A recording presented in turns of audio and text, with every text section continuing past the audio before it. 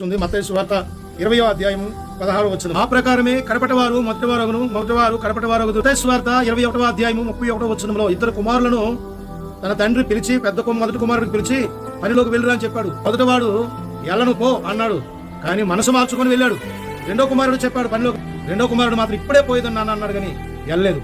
వీళ్ళిద్దరిలో ఎవరు?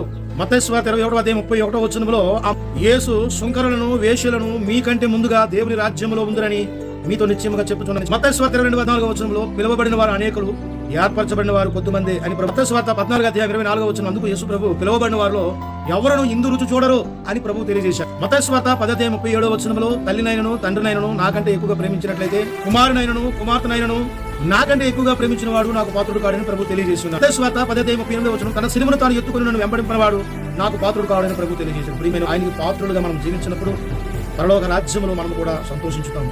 దేవుడు మిమ్మల్ని దీవించునుగా.